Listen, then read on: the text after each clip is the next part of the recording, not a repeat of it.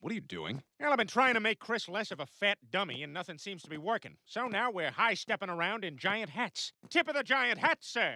And to you, sir. Yes, sir. Smart day to you, sir. And I thank you, sir. Ah! Ah! I scraped my knee bad. Get up, Chris. You're embarrassing yourself. You look stupid and fat. Peter, I have to ask, are you pushing Chris so hard because it's what's best for him? Or are you trying to make up for your own disappointment about how your life turned out? Brian, these are the biggest hats I could find. So if your point is that there's even larger ones available, I would greet that with skepticism. No. My point is that you need to let Chris find his own path. Oh, my God. You're right, Brian.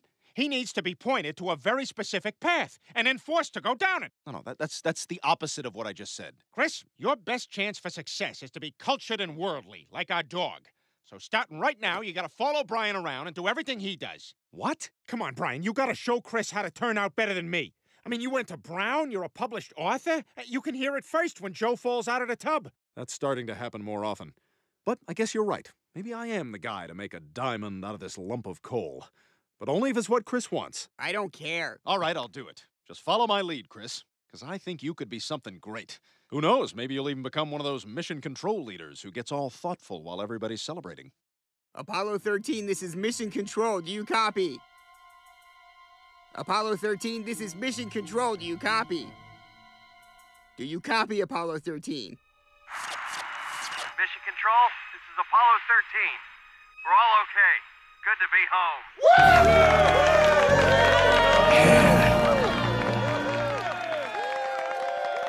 Sir, you did it! Sir, is everything okay?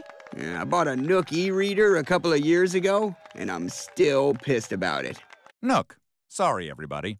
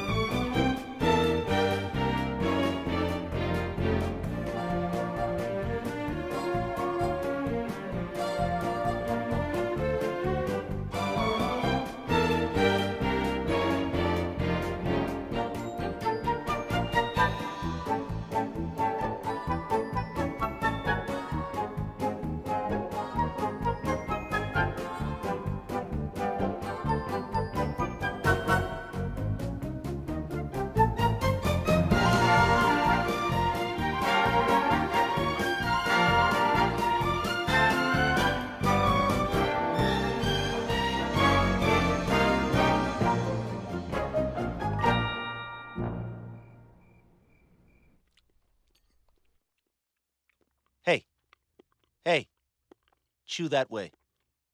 Dinner's no fun without Chris here. There's nobody here for me to wing my biscuit at. Well, Peter, he's been spending an awful lot of time with Brian. That's not the same. Anyway, he and Brian have been spending a lot of time together. Really? You gonna let that slide? Guy throws a biscuit at you? Good evening, all. Apologies for being so tardy. Ah, Chris, you're not tardy. We tested you twice. There you guys are. We were wondering about you. Brian and I have been having a blast. First, we went to a symphony. Then we saw a small independent play with real smoking in it. And then we hit the Quahog Book Festival and went to a Q&A to ask questions that weren't really questions. Wow, look at my sophisticated young man. You're certainly taking to Brian's example. If anything, he's teaching me. I mean, not really, but you know.